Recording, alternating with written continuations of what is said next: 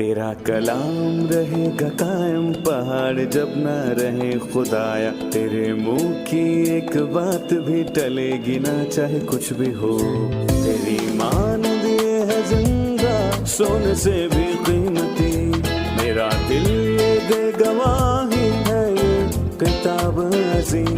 नाज़िल करे अपना कलाम, शिकस्ता दिलों को सुकून मिले, तारीखी दूर हो मेरी राहें रोशन कर। दिल अपना कलाम कसरत से ए खुदा बदल दे, रिहाई दे कसरत से फल मिलाओ, कलाम रहेगा कायम पहाड़। अजीज नाजरीन, मैं अयाज ज़रीफ आप तमाम देखने वालों को हमारे रोज़ के बाइबली मुतालियाती प्रोग्राम की नई किस्त में खुशामदीद कहता हूँ। अभी हम यहूदा के ख़त का मुताला कर रहे हैं। ये वाइजी खतूत में से एक है जो एक ही बाब पर मुश्तमिल है, और आज हम पहले बाब की 16 ता 19 आयात तक मुताला करेंगे। अजीज़ों, मैं आपको याद दिलाना चाहता हूँ कि पिछली किस्त में हमने हनूक की पेशन गोई पर बात की। वो आदम की 7वीं पुश्त में से था, और इसमें अदालत का बयान है जिसमें हर एक को उसके अमाल के मुआफिक बदला मिलेगा। खुदावंद बेदीनों के कामों की अदालत करता है। प्रोग्राम का बाकायदा आगाज करने से पहले मैं स्टूडियो में आए खुदा के खादिम का खैर मकदम करूंगा। खुश आमदेद भाई यूसुफ। बहुत शुक्रिया भाई। और हमारे दीगर मेहमानों को भी खुश आमदेद भाई। इससे पहले कि हम 16 ता 19 आयात की तलावत करें, हम फिर से हनूक की बात करेंगे। ये आदम की 7वीं पुश्त में से था, उसने गुमराहों की अदालत का बयान किया। हमें इसके मुतालिक बताएं, उसको आदम की 7वीं पुश्त क्यों कहा गया। हम देखते हैं कि हनूक ने पेशन गोई की, और दर हकीकत ये पैदाइश की किताब में से है। पैदाइश की किताब में ये पेशन गोई उसके बेटे के नाम है। उसने अपने बेटे का नाम मतुसैला रखा। आप हैरान होंगे कि मतुसैला की मौत जिस साल में हुई उसी साल पानी का तूफान आया। जब हम इब्रानियों में मतुसैला के मानी देखते हैं तो ये हैं, जब वो मर जाए तो उसे भेजेंगे। और यहाँ पर मैं कहना चाहूँगा कि बिल्कुल ऐसा ही हुआ था, क्योंकि हनूक ने ये पेशन गोई की थी कि मतुसैला की मौत के बाद खुदा पानी का तूफान भेजेगा। अदालत थी, एक पेशन गोई है, लेकिन यहाँ ये पेशन गोई आखिरी ज़माना के लिए है, जब खुदावंद लाखों मुकद्दसीन के साथ आएगा ताकि बेदीनों के कामों और उनकी बातों के सबब से उनको कसूरवार ठहराए। सो यहाँ पर मैं ये भी कहना चाहूँगा कि उसको आदम की 7वीं पुश्त क्यों कहा गया। ये बताता है कि सबत से आदम की 7वीं पुश्त या काइन से आदम की 7वीं पुश्त, यानी कि इससे साफ जाहिर होता है कि हनूक उस वक्त मौजूद था जब काइन से आदम की 7वीं पुश्त और लमक ज़मीन पर मौजूद था, और उसने पहली मर्तबा एक से ज़्यादा बीवियाँ की। और यहाँ पर एक ख़ास बात है कि अक्सर उसके अस्तवाज का आगाज़ यहाँ से हुआ। उसकी एक से ज्यादा बीवियां थीं जी। उसने कहा, मैंने एक मर्द को जिसने मुझे जख्मी किया मार डाला। सो इसके बरक्स यहाँ पर एक और है जो आदम की 7वीं पुश्त से था, और वो दोनों उस वक्त जमीन पर मौजूद थे। लेकिन मैं कहूँगा कि लमक और हनूक में फर्क है, जो आदम की 7वीं पुश्त में से थे। हनूक खुदा के साथ चला, जबकि लमक 2 बीवियों के साथ चला। जबकि एक काइन था और दूसरे से खुदा खुश था, क्योंकि उठाए जाने से पेशतर उसके हक में ये गवाही दी गई कि खुदा को पसंद आया, उसने खुदा की बात की, जबकि दूसरे ने अपने फखर की नज़म कही। और अरब उसको यूं कहते हैं, फखर की नज़म। पर मैं कहूँगा कि यहाँ पर सवाल ये है कि फखर किस चीज़ पर करना चाहिए। ज़बूर 52 में लिखा है, ऐ ज़बरदस्त तू शरारत पर क्यों फखर करता है। उसने अपनी बीवी के सामने फखर किया कि उसने किसी को कत्ल किया, और मैं यहाँ पर कहूँगा क्योंकि उन्होंने वो बात कही जो उसे पसंद नहीं आई, सो उसको कत्ल किया। और ये आदम की 7वीं पुश्त में से एक बहुत बड़ा फर्क है जो उन दोनों के दरमियान था, और ये जाहिर करता है कि मुश्किल हालात में भी इंसान के साथ वफादारी और दीनदारी के साथ जिंदगी गुजार सकता है। जी हाँ, ठीक है, शुक्रिया। अब मैं 16 ता 19 आयात पढ़ने के बाद आपसे सवाल करूंगा। ये बुड़बुड़ाने वाले और शिकायत करने वाले हैं और अपनी ख्वाहिशों के मुआफिक चलते हैं और अपने मुंह से बड़े बोल बोलते हैं और नफ़ा के लिए लोगों की रवादारी करते हैं। लेकिन ऐ प्यारो, उन बातों को याद रखो जो हमारे खुदावंद यीशु मसीह के रसूल पहले कह चुके हैं। वो तुमसे कहा करते थे कि आखिर ज़माने में ऐसे ठट्ठा करने वाले होंगे जो अपनी बेदीनी की ख्वाहिश के मुआफिक चलेंगे। ये वो आदमी हैं जो तफरके डालते हैं और नफसानी हैं और रूह से बेबहरा। भाई, मैं चाहता हूं कि आप 16वीं आयत में इन खसूसियात का बयान करें। ये बुड़बुड़ाने वाले और शिकायत करने वाले हैं और वो अपनी ख्वाहिशों के मुआफिक चलते हैं। जैसा कि मैं कहूँगा कि हमने 5 ता 7 आयात में उन 3 चीज़ों को देखा और ये बुड़बुड़ाने वाले हैं, और इससे हमें याद आता है कि तारीख में बनी इसराइल में जब वो बियाबान में मौजूद थे तो वो बहुत बुड़बुड़ाए बुड़बुड़ाने थे। वालों को क्या मानी है? ये वो हैं जो बेमतलब बातें करते हैं और हर चीज़ को पसंद नहीं करते, लेकिन वो उसे पसंद नहीं करते और ये सब खामोशी से करते हैं। वो शिकायत करते जी हाँ, हैं शिकायत लेकिन करते खामोशी हैं। से। और इसके बाद लिखा है कि वो मुतमईन नहीं होते। जी हाँ, वो मुतमईन नहीं होते और इससे ये जाहिर होता है। बुड़बुड़ाना यानी वो सही। जाहिर नहीं करते कि वो मुतमईन होते हैं, बल्कि वो नाखुश होते हैं। और परेशान। यही नहीं बल्कि हर चीज से नफरत करते हैं। और गिनती की किताब के 11वें बाब में बनी इसराइल के लिए यही इस्तेमाल हुआ है। और फिर वो लोग कुड़कुड़ाने और खुदा को बुरा कहने लगे। मतलब कि उन्होंने शिकायत नहीं की, लेकिन उनको कुछ ऐसा था जो पसंद नहीं आया। उनको कुछ खास मदावा नहीं था कि किसी चीज की बुनियाद बनते, तो भी वो किसी चीज से खुश ना थे। और आजकल के लोग बिल्कुल ऐसे हैं, यानी कि ऐसे लोग हैं जिन्हें दुनिया की कोई चीज पसंद नहीं आती और फिर भी वो बुड़बुड़ाते रहते हैं। और मैं कहूँगा कि इससे हमें वो फरिश्ते याद आते हैं जो कि गिराए गए। जी। उन्हें वो पसंद नहीं आया, वो अपनी ख्वाहिशों के मुआफिक चले, और ये सदूम और अमूरा के लिए भी है। और यहाँ पर मैं ये भी कहूँगा कि वो हम जिनसी की तरफ राग़िब हुए, और ये ऐसा गुनाह है जो आजकल दुनिया में बहुत ज्यादा फैल चुका है, और ये संगीन गुनाह है। भाई यूसुफ, हमें लोगों के उनके गुनाहों का नतीजा बताएं। बुड़बुड़ाना, शिकायत करना और बड़ा बोल बोलना। वो खुदा उनकी मर्जी की खिलाफ वर्जी करते हैं, खुदा उनकी राहों को पसंद नहीं करते। भाई यूसुफ, अखीर ज़माने में इन खतरात के मुतालिक बयान करें। दूसरे तिमोथियस की 3री आयत में मैं कहूँगा कि आखिरी अयाम के लोगों की खसूसियात का बयान है, और ये बहुत बुरी हैं, और इनमें नाशुक्रगुजारी है। नाशुक्रगुजार लोग। दर हकीकत जब मैं मौसम की बात करूं कि यह मौसम मुझे पसंद नहीं, सड़कें, गलियां और गाड़ियों का शोर मुझे पसंद नहीं, क्योंकि जब मसीह दुनिया में आया तो ऐसा नहीं था। लेकिन जब मैं दुनिया में आया तो बहुत से मसाइल थे, लेकिन उसने खुदा की मर्जी की खिलाफ वर्जी नहीं की, और हमने उसे कभी शिकायत करते हुए नहीं देखा। और इसके बरक्स मैं कहूँगा कि जिन शहरों में उसने अपने अजीम काम दिखाए, लिखा है कि उस घड़ी वो रूहुल कुद्स से खुशी से भर गया और कहने लगा, आए बाप, आसमान और जमीन के खुदावन, मैं तेरी हम्द करता हूँ कि तूने ये बातें दनाओं और अक्लमंदों से छुपाई और बच्चों पर जाहिर की। अच्छा है कि हम अपने नाजरीन को ये याद दिलाएं कि खुदा शिकायत को पसंद हरगिज नहीं करता, बल्कि उसको शुक्रगुजारी पसंद है। बल्कि शुक्रगुजारी करना, हर जी चीज हाँ, और हर बात हर की चीज की शुक्रगुजारी। जी हाँ। शुक्रिया। अभी हम एक रिपोर्ट देखेंगे, फिर मुताले में आगे बढ़ेंगे। हम गुमराह होने वालों की चंद खुसूसियात से होशियार रहें। पहला, वो बुड़बुड़ाते हैं, और दूसरा, वो शिकायत करते हैं। वो अपनी जगह के मुतल्लिक शिकायत करते हैं।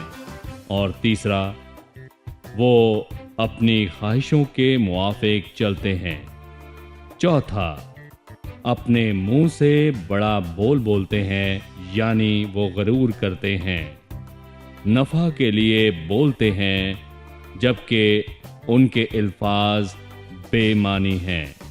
पांचवा, लोगों की रवादारी करते हैं, वो दूसरों की खुशामद करते हैं, बहुत सी ऐसी बातें बोलते हैं ताकि वो लोगों को पसंद आए और वो खुश हों।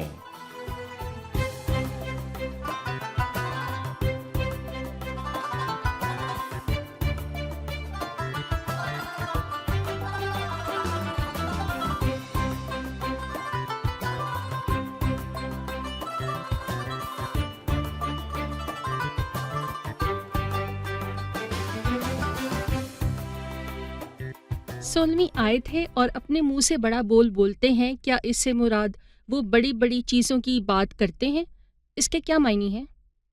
जी भाई यूसुफ। जी, मैं इसको दूसरे पत्रस के दूसरे बाब की 18वीं आयत से जोड़ूंगा, जहां पर वाज़े तौर पर लिखा है, वो घुमंड की बेहुदा बातें बकबक करता है। घुमंड की बेहुदा बातों से क्या मुराद है?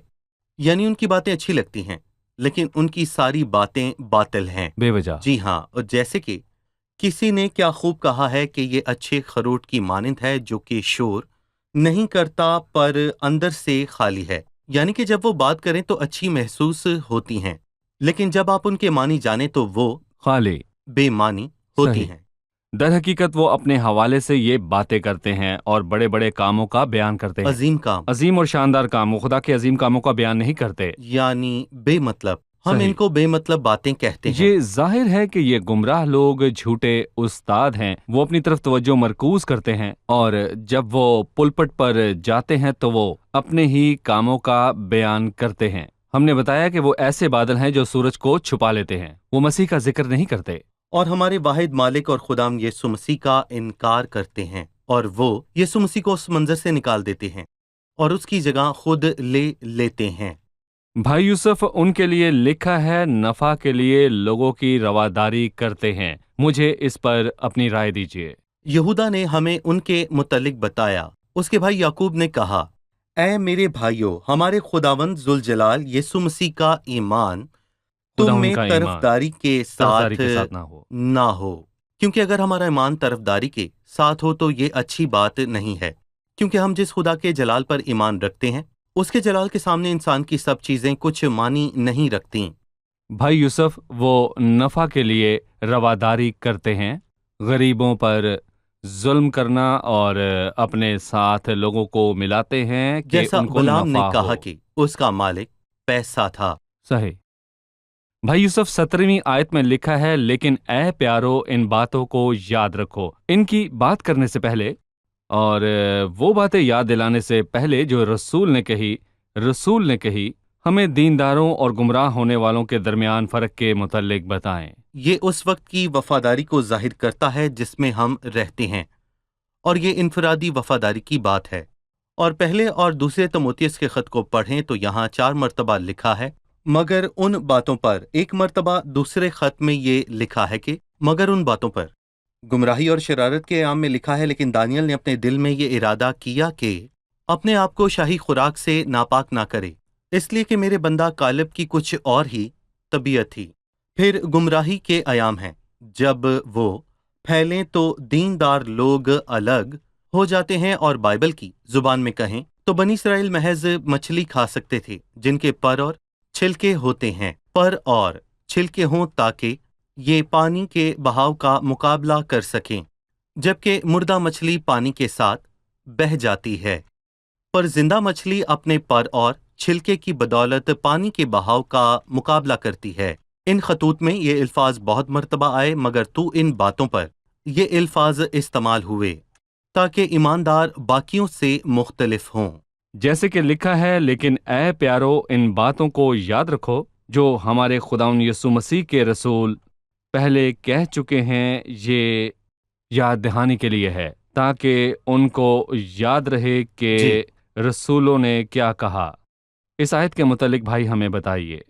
देखें भाई, शुरुआत में हम जानते हैं कि यहूदा रसूलों में से एक नहीं था, क्योंकि ये दूसरा यहूदा था, याकूब का भाई, जो और रसूल याकूब था। एक रसूल था। ये वाज़ेह है कि इसका मुसन्निफ रसूलों में से एक नहीं था। यहाँ पर लिखा है कि इन बातों को याद रखो जो हमारे खुदावंद यीशु मसीह के रसूल पहले कह चुके हैं। ये बातें उन्होंने पहले कही थीं, यानी कि यीशु के रसूलों ने। इससे मुझे यूहन्ना 16 में मसीह के अल्फाज याद आते हैं। यहाँ इसमें लिखा है कि मसीह ने भी अपने रसूलों को ये तंबीह की, जो तुमको कत्ल करेगा वो ये गुमान करेगा कि मैं खुदा की खिदमत करता हूँ। और फिर लिखा है, लेकिन मैंने ये बातें इसलिए तुमसे कहीं कि जब उनका वक्त आए तो तुमको याद आ जाए कि मैंने तुमसे ये कहा था। यानी जब वो वक्त आए कि हम मसीह के नाम की खातिर मारे जाएं, तो याद रखें, अपना ईमान कमजोर ना पड़ने दें, बल्कि यकीन रखें कि ये الہی منصوبے کا ایک حصہ ہے جس کے متعلق مسیح نے پہلے بتا دیا تاکہ ہم اس وقت کو جان لیں، اور میں کہوں گا کہ یہاں بھی اس کا حوالہ ہے، اور کلام مقدس ہمیں گمراہی کے ایام کے متعلق بتاتا ہے، اور ہم اس سے پریشان نہ ہوں، کہ ناکام ہو۔ اگر یاد نہ ہو تو ناکام نہ ہوں، کیونکہ انسان بھول جاتا ہے۔ دیکھیں بھائی، میں کہوں گا کہ ایک بار اخبار میں خبر آئی کہ بہت سے مسیحیوں نے اپنے ایمان سے انکار کر دیا ہے، اور مجھ سے کسی نے پوچھا کہ اس پر میری کیا رائے ہے۔ میں نے بتایا کہ اس سے میرا ایمان مضبوط ہوا، کیونکہ بائبل مقدس نے اس بات کو 2000 سال پہلے ہی بیان کر دیا تھا، اور اب یہ ہماری آنکھوں کے سامنے ہو رہا ہے، اور اسے سن کر میرا ایمان کمزور نہیں بلکہ میں کہوں گا کہ مزید بڑھ جاتا ہے۔ ٹھیک ہے، اس لیے بھائی یوسف ہمیں یاد دہانی کی ضرورت ہے تاکہ ان چیزوں پر حیران نہ ہوں جو اب ہوتی ہیں۔ اب ہم جانتے ہیں بالکل، کہ یہ سب وقوع میں یعنی آتا کہ ہے۔ یہ نبوتی کلام کی تکمیل ہے، صحیح۔ اور یہ اس لیے ہے تاکہ ہم اس پر توجہ کریں۔ بھائی یوسف، رسولوں نے گمراہی کے متعلق کیا کہا؟ یہودا نے ہمیں یاد دلایا ہے کہ رسولوں نے کیا کہا۔ مجھے ایک مثال کے ساتھ اس کی وضاحت دیجیے۔ یعنی انہوں نے وہ بتایا جو ہوگا۔ لکھا ہے، آخری زمانے میں ایسے ٹھٹھا کرنے والے ہوں گے، آخری زمانہ میں، اور پطرس رسول نے اس کو واضح بیان کیا، اور اسی لیے ہم کہتے ہیں کہ یہودا کا خط پطرس رسول کے دوسرے خط کے بعد لکھا گیا ہے، اور پطرس رسول نے تیسرے باب میں یہ فرمایا ہے کہ جی لکھا ہے۔ اور یہ پہلے جان لو کہ آخری دنوں میں ایسے ہنسی اور ٹھٹھا کرنے والے آئیں گے۔ در حقیقت ٹھٹھا کرنے والوں سے مراد وہ پاک معاملات کا ٹھٹھا کرتے ہیں، وہ خدا کا ٹھٹھا کرتے ہیں، اور وہ ایمانداروں کے رتبے اور نجات کا ٹھٹھا کرتے ہیں، اور وہ زمین پر مسیح کی بادشاہی کا ٹھٹھا کرتے ہیں۔ پر میں کہوں گا کہ یہاں پر خالص طور پر کہا گیا ہے، دوسرے پطرس کا تیسرا باب ہے، اور کہیں گے کہ اس کے آنے کا وعدہ آنے کہا کا گیا۔ وعدہ؟ تم کہتے رہتے ہو کہ مسیح آئے گا، اور ہم بچپن سے سن رہے ہیں کہ مسیح آئے گا، اور ہم یہی بات پچھلے 20 سے 30 سالوں سے سن رہے ہیں، اور وہ اس کو مذاق میں لیتے ہیں، اور اسے ہمیں یسایہ کے 21ویں باب کی یاد آتی ہے۔ کسی نے مجھے شیر سے پکارا کہ شیر، یعنی ادوم نے ٹھٹھا کیا، اے نگہبان رات کی کیا خبر ہے؟ پر یہاں پر میں یہ کیا خبر کہنا ہے؟ چاہوں گا، افسوس کہ ادومیوں نے اس بات کا ٹھٹھا اڑایا کہ یہ رات کب تک چلے گی۔ تم اس رات کا 2000 سال سے انتظار کر رہے ہو، اور آخری زمانہ میں ایسے ٹھٹھا کرنے والے ہوں گے جو اپنی بے دینی کی خواہش کے موافق چلیں گے۔ جیسے کہ رسولوں نے گمراہی کے ایام کی بات کی اور ہم اس سے حیران نہیں ہیں بھائی یوسف، کیونکہ جب ہم خدا کے زندہ کلام پر غور کرتے ہیں تو جی، ہم ہمیشہ خدا کے کلام کی طرف رجوع صحیح۔ کرتے ہیں۔ ابھی ہم وقفہ لیں گے اور اس کے بعد مہمانوں سے ایک اور سوال۔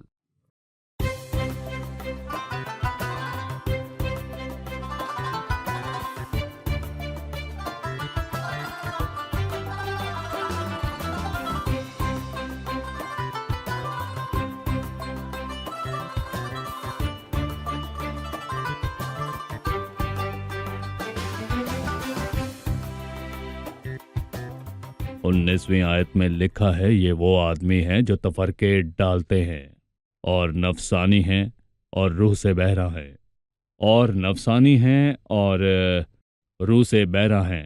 اس کا کیا مطلب ہے؟ جی بھائی یوسف۔ دیکھیں، یہاں پر 3 چیزوں کی بات ہوئی، اور یہودا کے خط میں ان 3 چیزوں کو شروع سے آخر تک نمایاں صحیح۔ کیا۔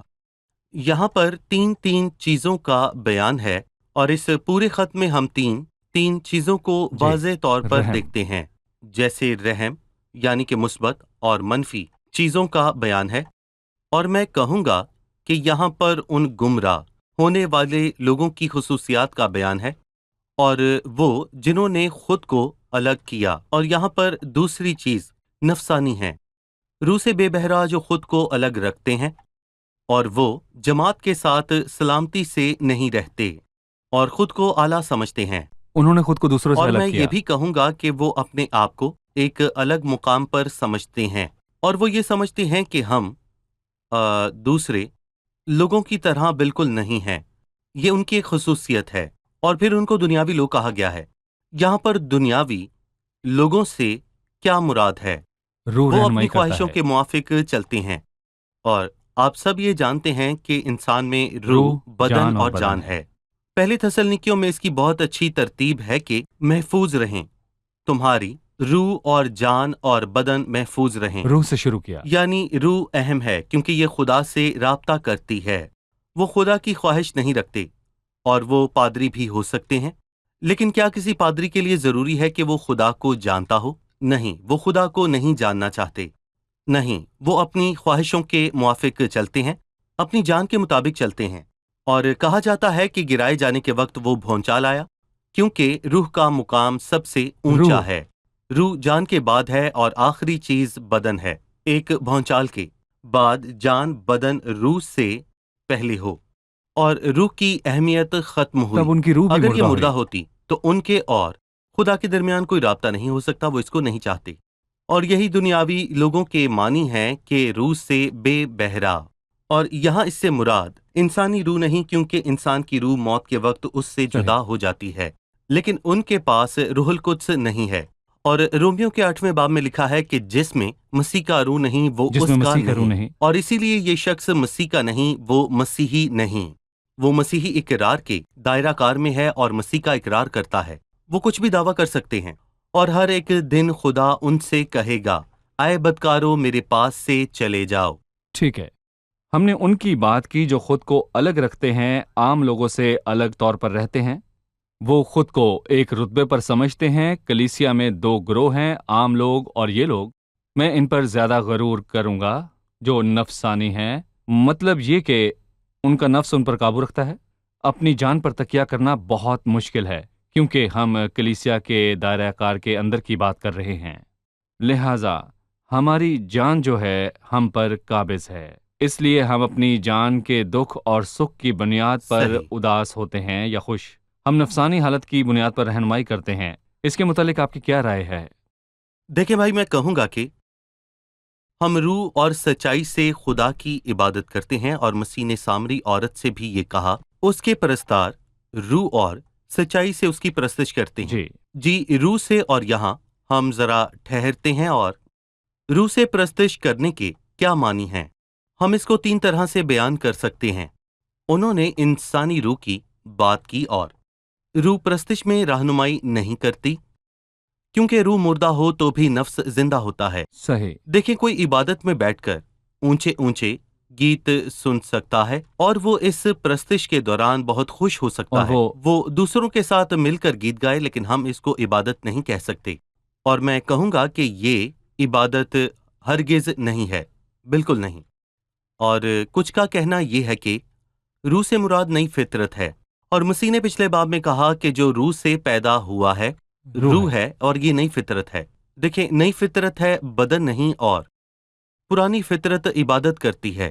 سو ہم جانتے ہیں کہ روح سے مراد پاک روح میں پرستش کرنا ہے۔ صحیح۔ اور فلپیوں کے خط کے 3 باب میں خدا کے روح سے عبادت کرنے کا ذکر ہے۔ یہ خطرہ ہے جب نفس رہنما ہو، اور انسان کو یہ چاہیے کہ وہ اپنے نفس پر قابو رکھے، اور اگر انسان ایسا نہیں کرتا تو خدا کی عبادت نہیں گنی جاتی۔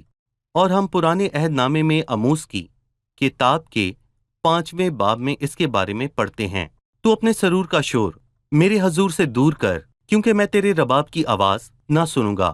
آپ اونچی اونچی آواز میں گیت سن کر خوش ہوتے ہیں کہ آپ خدا کی عبادت کرتے ہیں، تو اپنے سرور کا شور میرے حضور سے دور کر، کیونکہ میں تیرے رباب کی آواز نہ سنوں گا۔ پھر خدا کو کیا چاہیے؟ لیکن عدالت کو پانی کی مانند اور صداقت کو بڑی نہر کی مانند جاری رکھ، تب خداوند آپ کے باطن کی سچائی سے خوش ہوگا۔ دینداری میں چلیں، خدا کے ساتھ رشتہ قائم کریں، تب آپ گیت گائیں گے۔ بے شک آپ کی آواز اچھی نہیں، کیونکہ جب خدا کا دل آپ سے راضی ہو تو وہ آپ کی ان سب قربانیوں کو قبول کرتا ہے۔ ہم اپنی جان اور بدن پر تکیہ کریں تو یہ خطرے کی بات ہے۔ عبادت اس کی صحیح علامت نہیں صحیح۔ ہے، پر ہم روح سے خدا کے ساتھ جڑتے ہیں، اور پاک روح ہماری رہنمائی کرتا ہے۔ پاک روح انسان کی روح کی رہنمائی کرتا ہے، اور انسانی روح جان کی رہنمائی کرتا ہے۔ صحیح۔ کوئی کسی عبادت میں جائے پر اپنے حالات کی وجہ سے بالکل ٹوٹ چکا ہو تو بھی پرستش سے خوش ہوتا ہے، کیونکہ یہ روح سے ہے، اس کی صحیح۔ روح شادمان ہوتی ہے۔ اس کے برعکس ممکن نہیں کہ جان روح کو خوش کرے۔ روح کا قابض ہونا ضروری ہے۔ کسی نے کہا کہ مسیح اماوس کے شاگردوں سے ملا اور وہ دونوں ٹوٹے ہوئے اور تھکے ہوئے تھے، جبکہ میں کہوں گا کہ خداوند شروعات باہر سے اندر کی طرف بھی کر سکتا ہے۔ پر یہاں پر میں یہ کہنا چاہوں گا کہ اس نے ایسا نہیں کیا۔ اس نے بائبل مقدس کی بات کی۔ یہاں پر لکھا ہے، جب وہ راہ میں ہم سے باتیں کرتا اور ہم پر نوشتوں کا بھید کھولتا تھا تو کیا ہمارے دل جوش سے بھر نہ گئے تھے؟ خدا ظاہری خوشی سے شروعات نہیں کرتا تاکہ ہم کو سکون ملے، کیونکہ جو ظاہری طور پر خوش رہتے ہیں وہ ظاہری زندگی گزارتے ہیں اور ان کے دل خالی ہوتے ہیں، اور جب ان پر آزمائش آتی ہے تو ان کے پاس اس کا سامنا کرنے کی ہمت نہیں ہوتی، صحیح۔ کیونکہ ان کے جذبات اور احساس ہیں۔ لیکن آزمائش کے وقت یہ مختلف احساسات ان کی مدد نہیں کرتے، اور جب خدا باطل کی خوشی بخشے تو سچائی ہے، میں سچائی کہوں کے گا ذریعے، کہ حالات بالکل مختلف ہوتے ہیں۔ کیونکہ خدا کا کلام زندہ اور مؤثر اور ہر ایک دو دھاری تلوار سے زیادہ تیز ہے، تلوار دو دھاری تلوار جو روح اور جان کو الگ کرتا ہے۔ اس لیے سچائی جو ہے روح اور جان کو الگ کرتی ہے، اور اسی لیے ہمیں روح سے پرستش کرنی چاہیے، نفسانی نہیں، جس میں احساسات نہ ہوں۔ جی بھائی، یہ آیت میں کہوں گا کہ روح اور بدن کے درمیان فرق بتاتی ہے، اور ایک جسمانی ایماندار بھی اس کا فرق سمجھ سکتا ہے، صحیح۔ اور فطری انسان بھی اس کو سمجھ جاتا ہے۔ جان اور روح اور بند اور گودے گودے کو جدا کر کے گزر جاتا ہے۔ بھائی یوسف، اس آیت کے آخر میں بیان ہے کہ وہ روح سے خالی ہیں۔ ہم روح القدس کو کیسے پائیں؟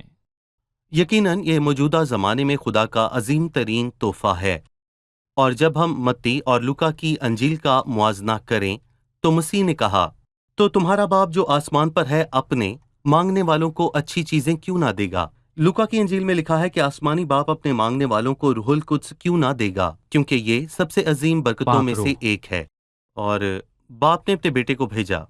غلطیوں کے 4 باب کی 4 آیت میں لکھا ہے کہ جب وقت پورا ہو گیا تو باپ نے اپنے بیٹے کو بھیجا، اور چونکہ تم بیٹے ہو اس لیے خدا نے اپنے بیٹے کے روح کو اپنے بیٹے کا بھیجا۔ روح بھیجا۔ اور میں کہوں گا کہ جب انسان خدا یسوع مسیح پر ایمان لاتا ہے، جب آپ اس پر ایمان لائیں تو آپ پر مہر لگ جاتی ہے، اس لیے مہر دعا لگی۔ کریں کہ خدا آپ کو اپنا پاک روح بخشے، کیونکہ جب ایماندار ایمان لائے تو اس پر پاک روح کی مہر لگتی ہے۔ شکریہ بھائی، پروگرام کا وقت ختم ہوا چاہتا ہے۔ خداوند خدا آپ کو برکت دے۔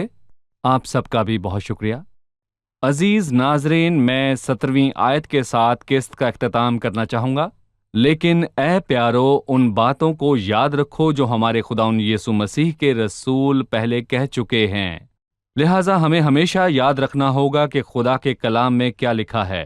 خاص کر اخیر زمانے کا بیان ہے۔ اس زمانے میں برگشتہ ہونے والوں پر حیران نہ ہوں، ان کی خصوصیات کو یاد رکھیں، کیونکہ یہ خدا کا کلام ہے۔ یہ اخیر زمانے کی لوگوں کی پہچان ہے۔ ہم اس کی وفاداری کو تھامے رہیں، اور عزیزو، خود کو اس دنیا کی ناپاکی اور گمراہی سے دور رکھیں۔ جو کوئی خود کو پاک رکھتا ہے وہ عزت کا برتن بناتا ہے جو مالک کے کام آئے۔ وہ اچھے کام کے لیے تیار ہوتا ہے۔ عزیز ناظرین، میں آپ کی حوصلہ افزائی کرتا ہوں کہ خدا کے زندہ کلام کو تھامے رہیں۔ اگلی قسط میں آپ سے پھر ملاقات ہوگی۔ خداوند آپ کو برکت دے۔